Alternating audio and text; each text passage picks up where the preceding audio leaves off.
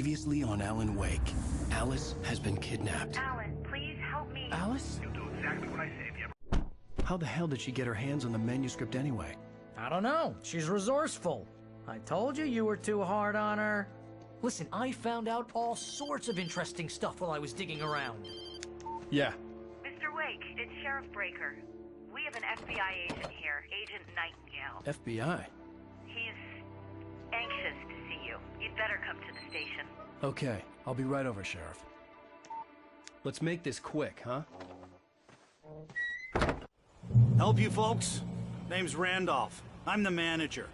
We're looking for Rose. Works as a waitress down at the diner. Rose, sure. Nice girl. Who wants to know? I'm Alan Wake. The writer, huh? I heard on the radio you were visiting. Well, I'll show you her trailer. That Rose, she's a nice girl. Always pays her rent on time. As I was saying, Al, I found all sorts of weird stuff from the local newspaper's archives. This place is crazy. Disappearances, mysterious deaths, urban legends come true, and, get this, most of this stuff takes place around Cauldron Lake. Well, you ain't wrong, mister. The Indians thought the lake was a doorway to the underworld. I'm the God-fearing type myself. I don't hold with that sort of thing. Yeah, okay. Anyway, there was an island there owned by a guy called Thomas Zane. Now, some of the articles I found about him make him out to be a famous writer, but I ran a bunch of searches, couldn't find a single thing he wrote. Zane was heavily into diving, so much so that the place came to be called Diver's Isle. But the volcano under the lake erupted in 1970, and Zane went down with the island.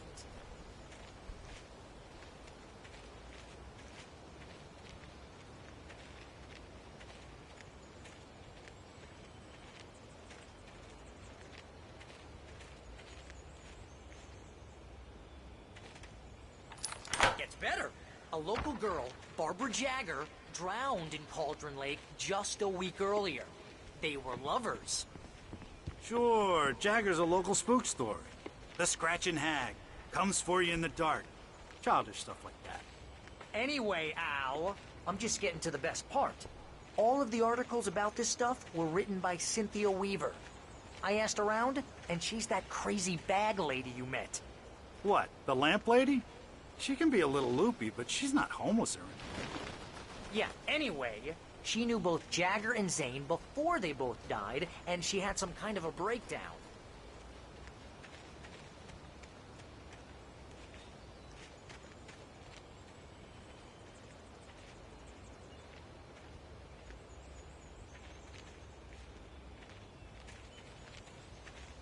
Well, mister, this here's Rose's trailer.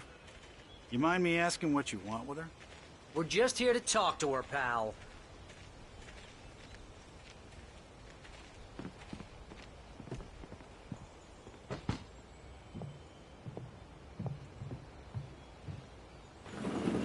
Welcome to...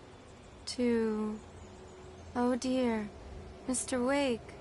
I'm so glad you're here. Rose, you have my manuscript? Oh. Oh, yes. Yes. Please, come in. Hey, this is really good. Rose, Yes, my manuscript. I really need it. I understand. I know what you need. A muse to inspire you. Oh, for Barry? She doesn't have anything. Yeah, hey, Al? Al, what's... Oh... Barry! What? What?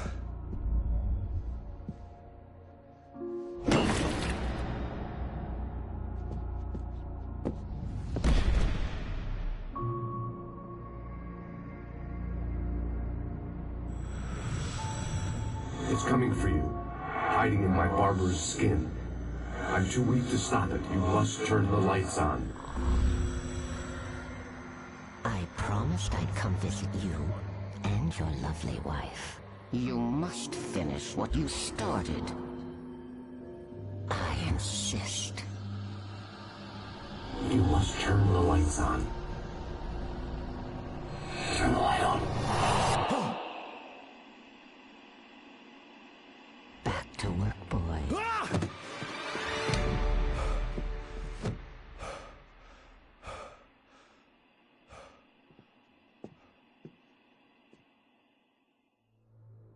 I felt nauseous, hungover.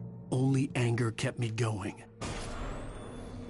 I can't tell reality from dream anymore, but it seems I have an imaginary editor to help me. She's an old woman in a funeral dress. I call her Barbara Jagger. She's very strict. I'm writing faster and faster. My manuscript is being heavily revised. The edits are getting very aggressive, and each day there's less of me and more of her. I hate it, but I know she's right. Rose took a day from me. I had less than 12 hours left to meet the kidnapper. All I could do was get Barry into the car, work something out once I got on the road. Welcome to the Oh Dear Diner. What can I get you today? Coffee? I couldn't work up much hate for Rose. Something had used her to get to me and left its mark. My gun and flashlight were gone. I'd have to find a way to get Barry into the car as quickly as possible. There was no time to waste. Mr. Randolph liked Rose. That little smile she had. How she was still sweet when life had tried so hard to make her bitter. It wasn't any of his business what she did in her trailer. But those strangers, the writer and his smart-ass sidekick, looked like trouble. And they'd been in there for hours, way past her normal bedtime. He reached for the phone and called the sheriff's station.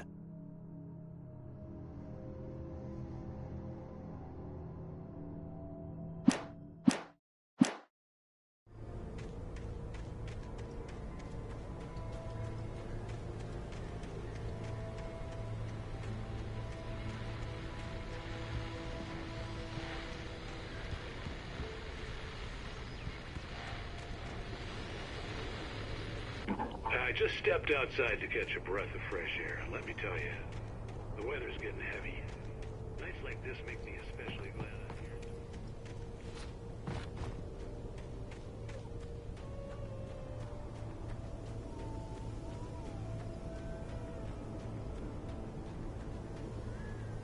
Oh, you're gonna get it now. God knows what you've done to that poor girl. This is Agent Nightingale, FBI! Get him up, Hemingway! You're under arrest! You move a muscle, I'll unload right in your goddamn face! Stay right where you are, Slane!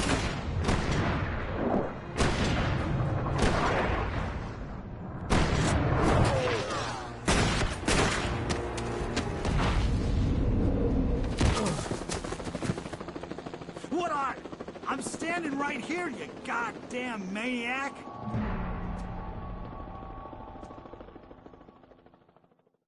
I hated to leave Barry behind, but there was no way I'd miss my appointment with the kidnapper. Give it up, Mr. Wake! Come on! Take it easy! Move it! Move it! Move it!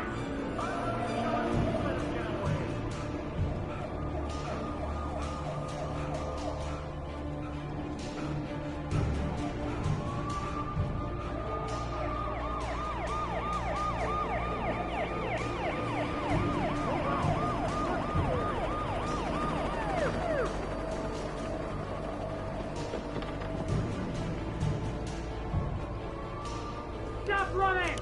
Freeze! Okay, men, keep your eyes peeled. He's gonna try to make it through here. This way, go! Oh, damn. Fan out! No! Stop! I'm on it! Stop! I'm on it! God damn it, where did he go?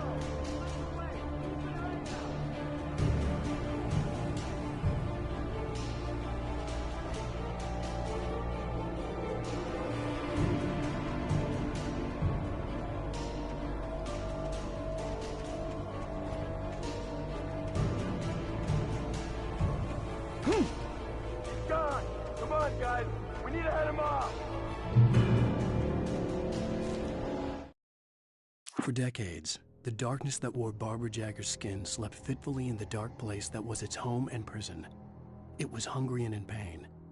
It dreamed of its nights of glory when the poet's writing had called it from the depths and given it a brief, terrible taste of power and freedom. The rock stars had stirred it from the deep sleep the poet had sunk it back to in the end. When it sensed the writer on the ferry, it opened its eyes.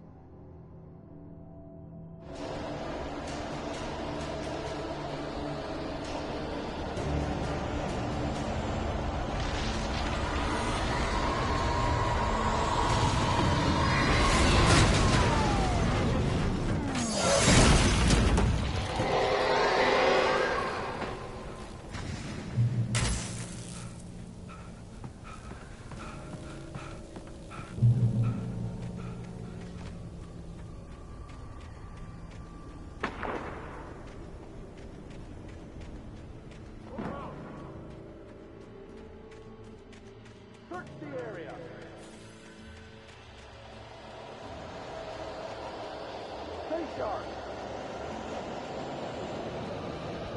This way. Over here.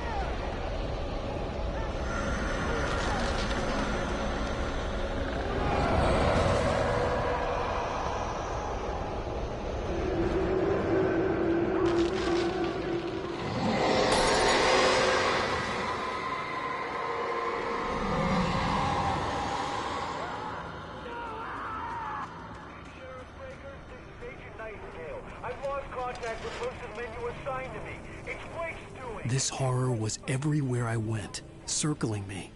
The cops didn't stand a chance. They were after a writer, not a monster.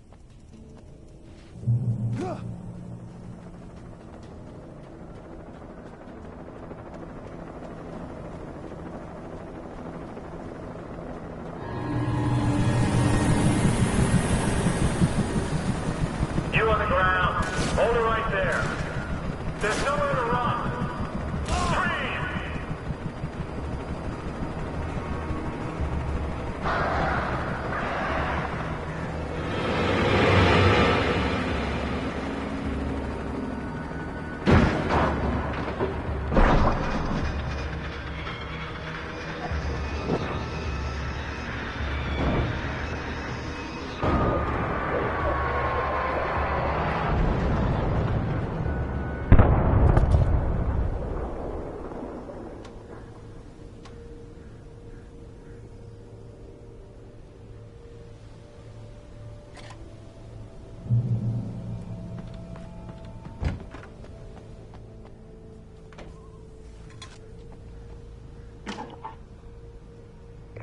This is James. Mulligan, Thornton, come in. Over. Thornton here. James, we got both Wheeler and Rose in custody. They just put up a fight or anything. But anyway, hey, Mulligan, what are you doing? Come on. Sit down and give me that. James, Mulligan here. Over. Go ahead, Mulligan. Over. We got Wheeler and Rose here. Wheeler's drunk or hopped up on something. Speaking of which, that Fed had a pretty distinctive whiff of Otis Scotch about it, you know what I mean? Over. I don't have anything on that. I could see the lights of the radio station in the distance. Well, whatever. Anyway, Rose is just being plain weird here. You better get Doc in to take a look at both. Over. Gotcha. You better get them in quickly. The Fed's gonna want to interview Wheeler. Over. Oh, yeah. Looks like they have a lot. I imagined that the broadcast tower in the distance was part of the local radio station. Maine seemed like a decent guy. Perhaps he could give me directions to the coal mine.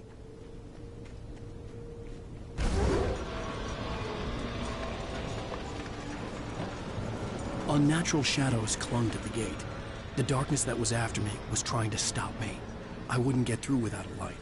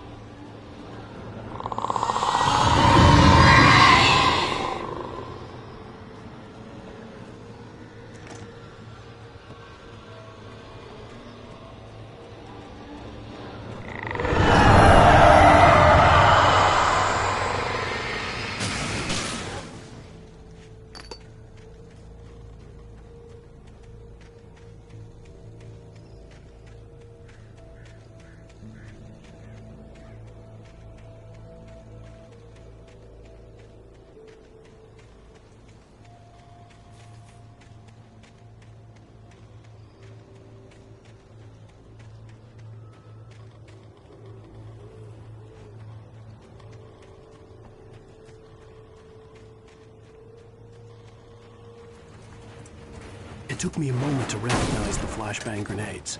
They were an ideal weapon for my situation. Team 1, come in. Over. Team 1, this is Sheriff Breaker. Report. Over. You have the right to remain silent.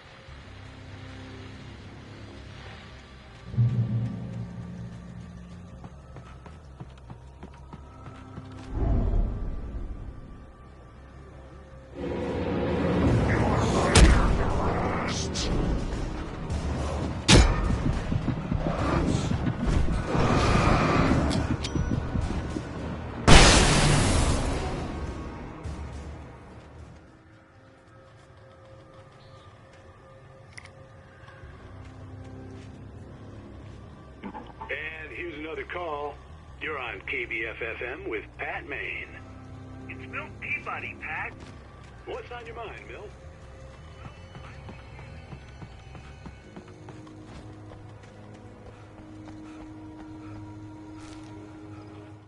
Touched by the dark presence, Rose was lost in a dreamland where everything was drawn in black and gray crayons. The old lady had promised her that all her wishes would come true. She would be Alan Wake's muse.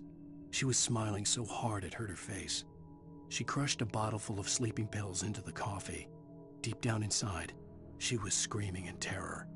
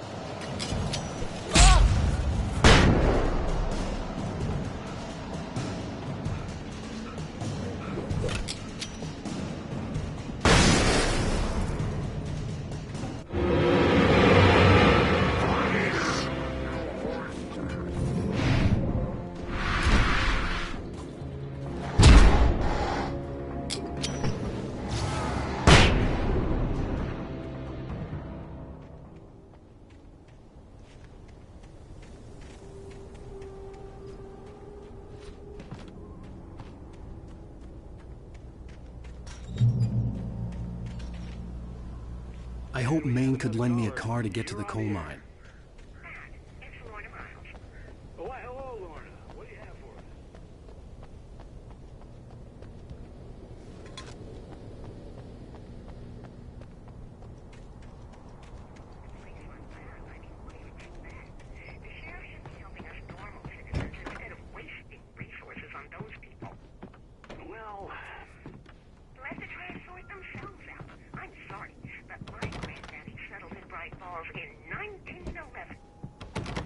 thank you very much for that compassionate viewpoint, Lorna.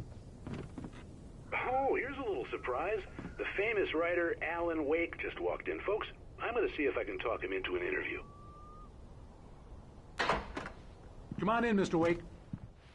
Oh, I'm so glad you could find the time to do this, Mr. Wake. Nowhere to run now, Dan Brown. You back away from me. Don't hurt it. Whoa. Everyone calm down. Put the gun down. We're all friends here, right? Cool your jets, Nightingale. We got him. Judas Priest! What the hell's the matter with you? There's a civilian in there.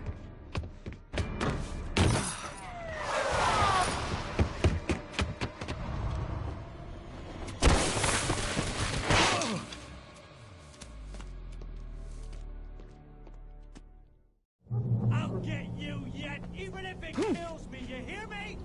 You hear me, H.P. Lovecraft? I had fallen off so many cliffs it was ridiculous. That's what you get for naming a book The Sudden Stop. It was probably good I hadn't had the chance to tell Maine where I was going. I'd have to lose the cops and find my own way to the mine. Nightingale stared through the broken studio window into the dark woods. He turned around, started to walk out, but Maine grabbed his arm. "Young man, you almost shot me. You don't shoot off rounds at people like that. What's the matter with you?" Nightingale shook his arm free, marched out. His cheeks burned with rage and humiliation.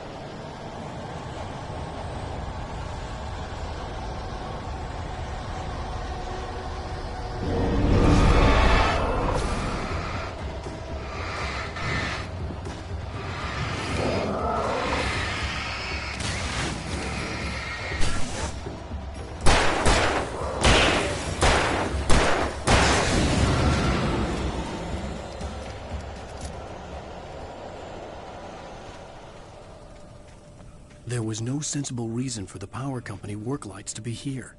It was almost as if they'd been left for someone like me to use.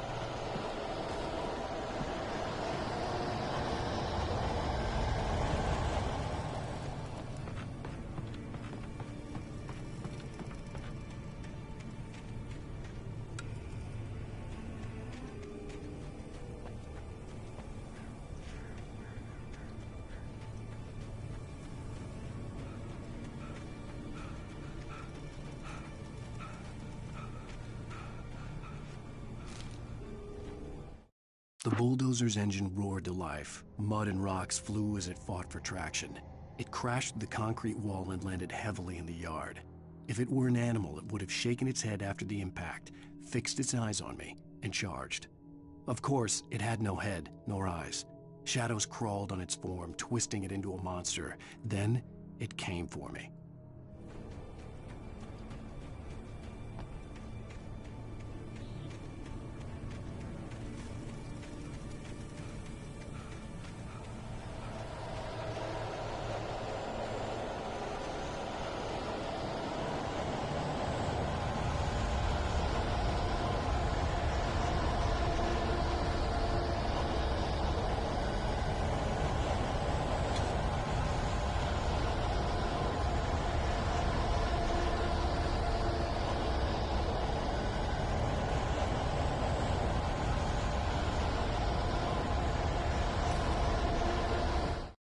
Sarah trusted her gut, and her gut said Agent Nightingale was an asshole. He felt wrong, and it wasn't just the smell of stale booze. It was in the way he flashed his badge, pulled rank, the look in his eyes when he wanted answers. Where was Alan Wake? What was this about an accident? Where was his wife? And most importantly, why did she let Wake go? He wouldn't answer her questions. Federal business was all he'd say.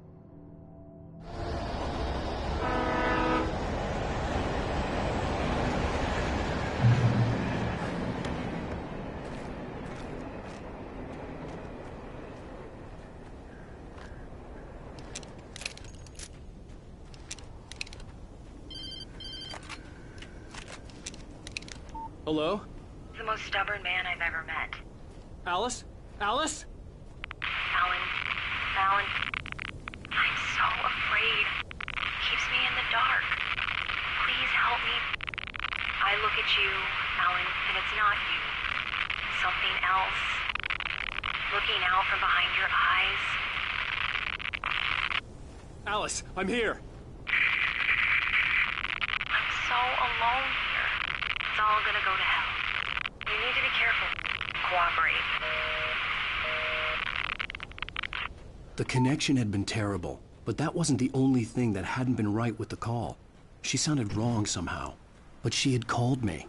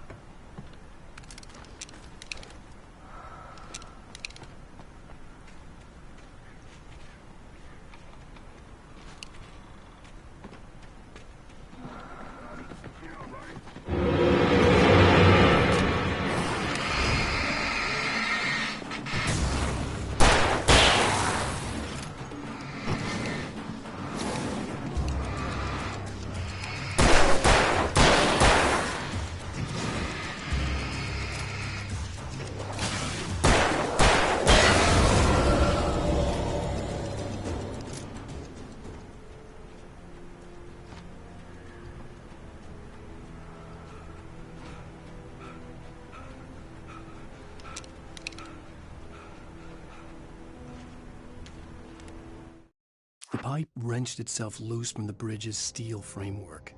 Wrapped in darkness, it floated in midair, twitching. For a moment, I didn't understand what I was looking at. The heavy object lurched at me with impossible force. I threw myself out of the way, but just barely. When I turned my flashlight on it, it shook in a dark rage, before it flew at me again.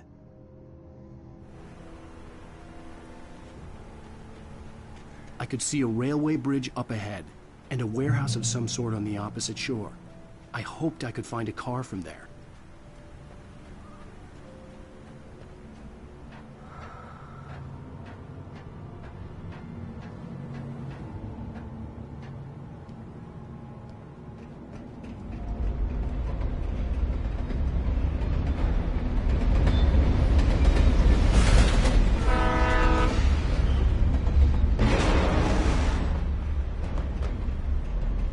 The darkness that was pursuing me was growing stronger, and it was taking over everything in its path.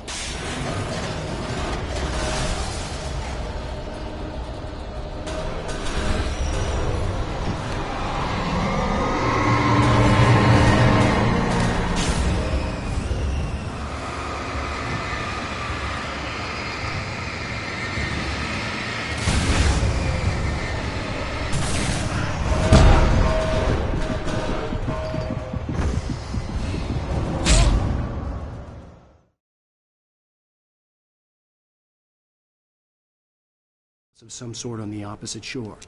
I hoped I could find a car from there.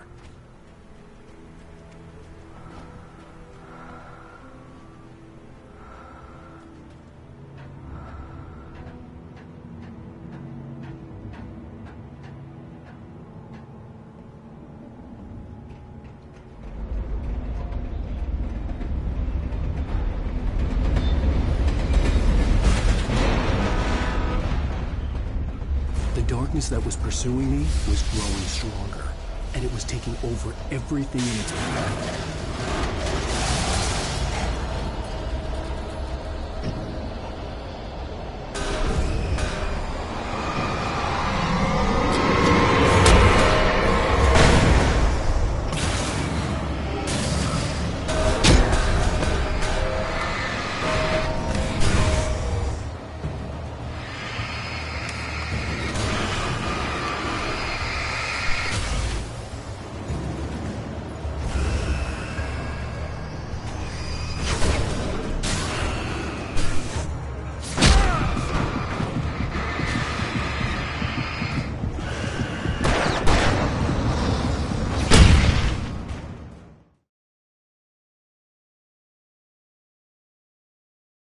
Of some sort on the opposite shore. I hoped I could find a car from there.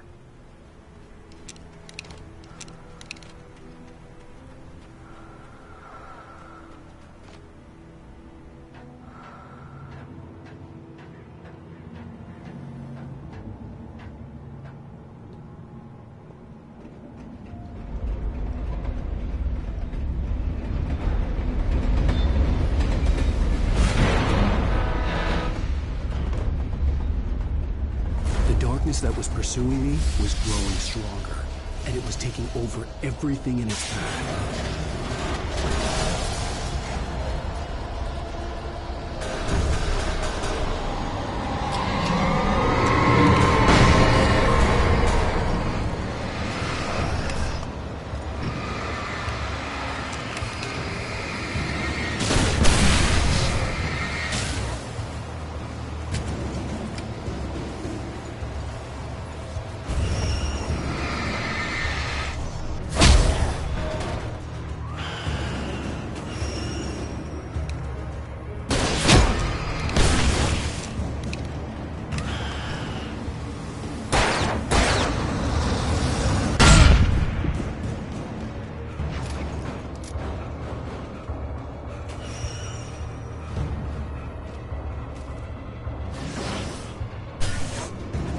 As a teenager, just starting to get interested in writing, Stephen King had been a source of inspiration to me.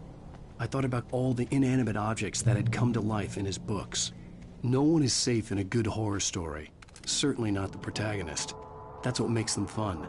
This was anything but. The darkness could possess anything, and it was getting closer.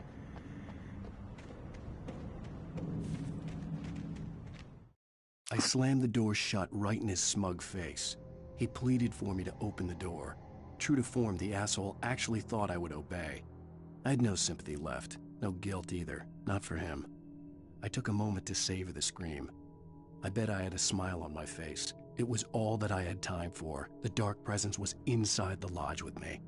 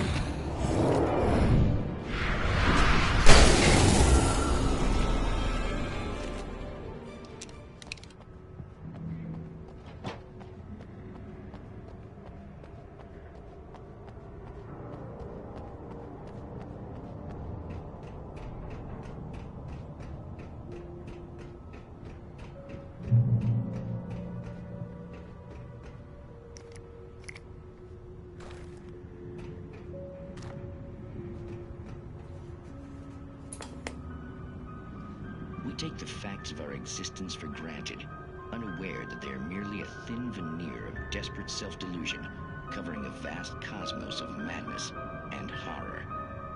All too often, the stars are right. In Night Springs. Tonight's episode, a family occasion. Journalist Alvin Derleth's trip to study the local customs of an insular community in Night Springs has been less than successful. Until tonight. Well, I'm glad you changed your minds about this. Ancient customs, local mythology. My editor loves this kind of stuff.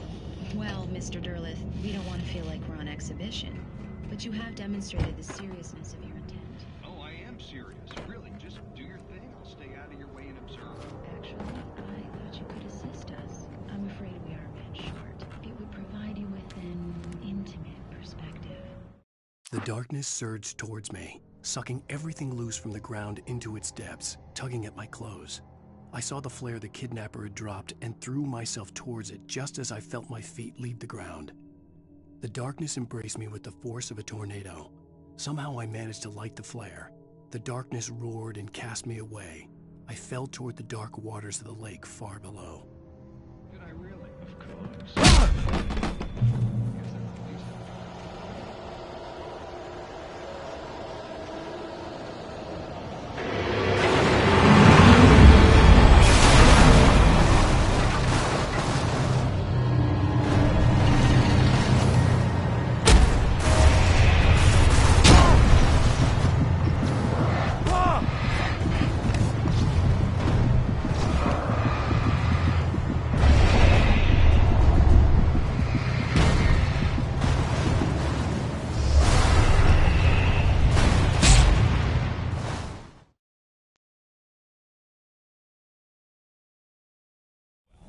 That's the least I can.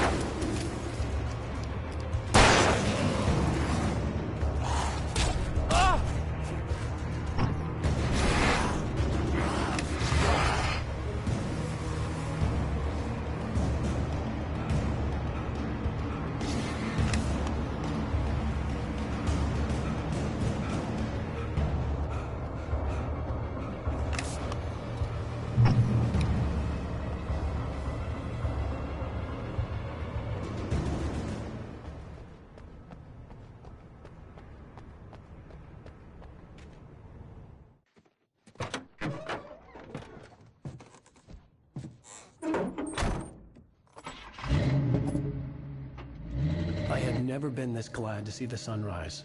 I had a couple of hours to get to the coal mine.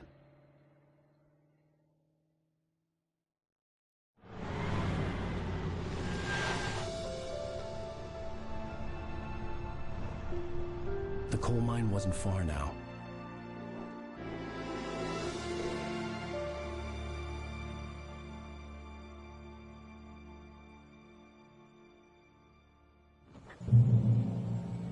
Today, I would meet the kidnapper, and he would give me Alice. I wouldn't give him any other choice. A drowning man will clutch at a straw.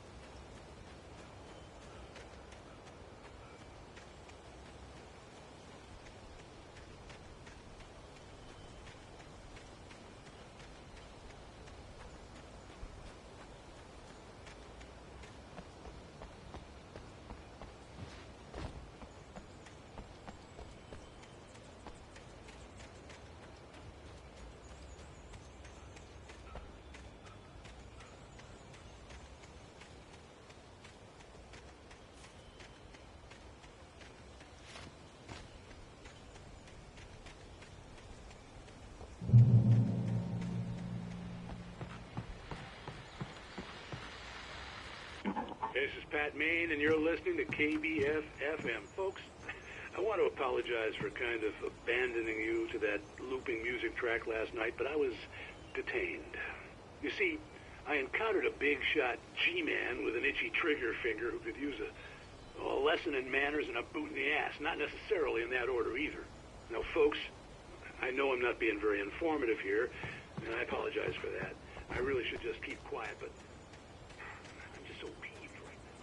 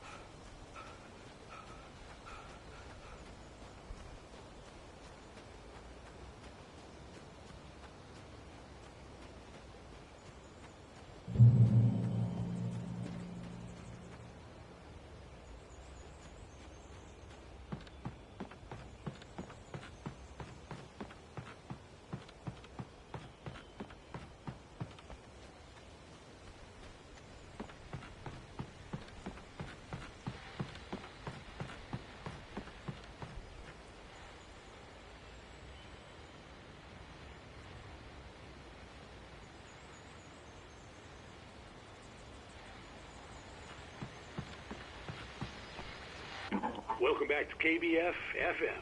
Hope you enjoyed that tune. Now, Doc, you were talking about life and finding that special someone, that soulmate. Well, you were talking about that. I was saying I don't buy it. Well, see, to me, that's strange, because I always pegged you as a hopeless romantic.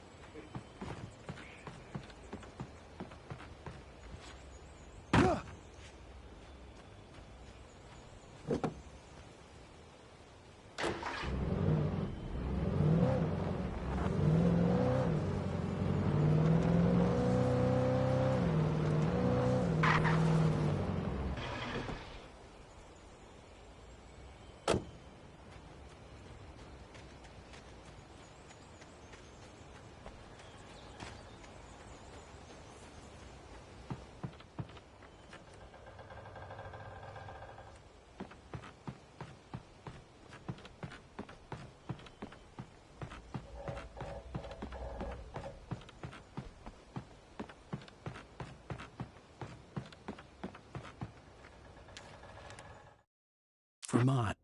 Spying on the writer on the ferry had been a disappointment. His boss had made Wake out to be something special, but Mott hadn't been impressed. He'd gotten a good long look at the wife, though, and he liked what he saw. Mott had fantasized about goading Wake into a fight, but it hadn't happened.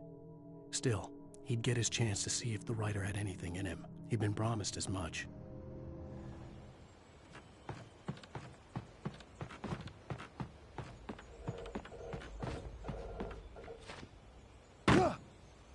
I was early. I was supposed to meet the kidnapper at noon in the main building. The coal mine was quiet. It was a museum now.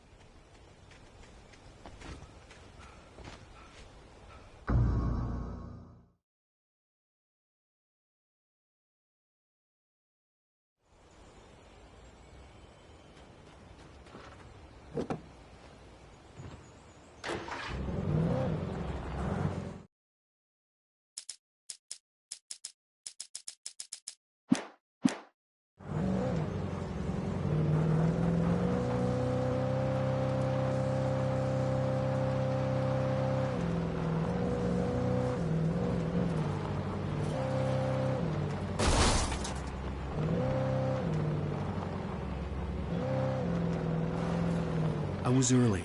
I was supposed to meet the kidnapper at noon in the main building. The coal mine was quiet. It was a museum now.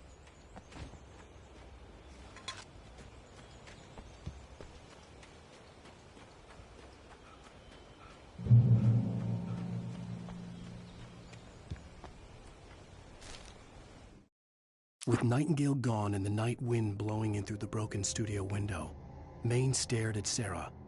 The sheriff looked away. Maine's voice shook with barely controlled anger. That boy's doing more drinking than thinking. I hope you know what you're doing, Sarah. He's got a sickness in his eyes. You take my word for it. He wants Wake for a reason, and it's not for anything good.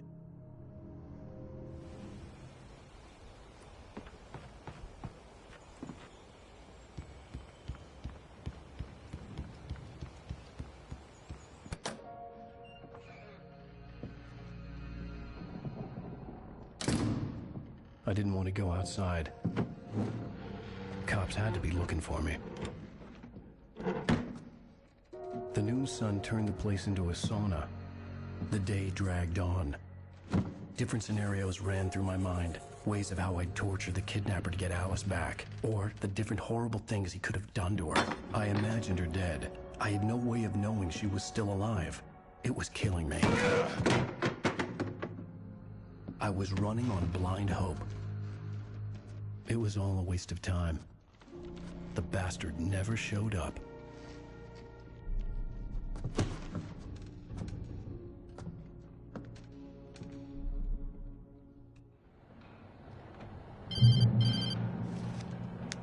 Wake! Where the hell are you? Change of plans. You know where Mirror Peak is? It's a big mountain north of where you are. You follow the path from the mine, you can't miss it. There's a lookout point there. I'll be waiting.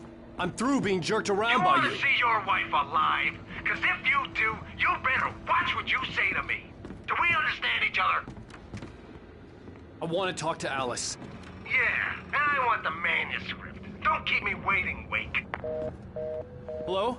Hello! Ah! I'm gonna kill him! I had to get to Mirror Peak.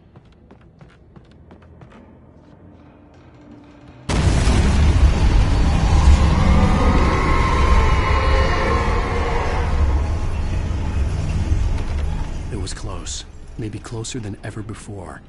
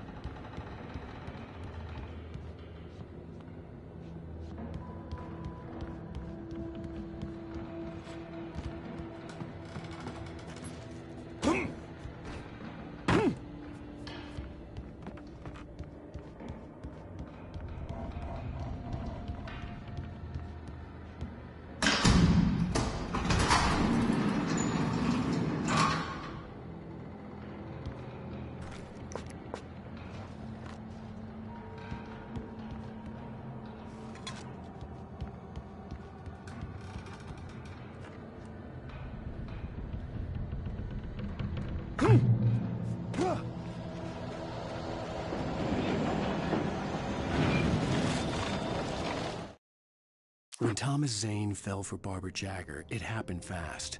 She was young, vibrant, and beautiful, full of life. He had never been a very happy man, and without any seeming effort, she had changed all that. Zane felt good for the first time in his life. Everything she did was another piece of a jigsaw puzzle he hadn't even known he'd been missing.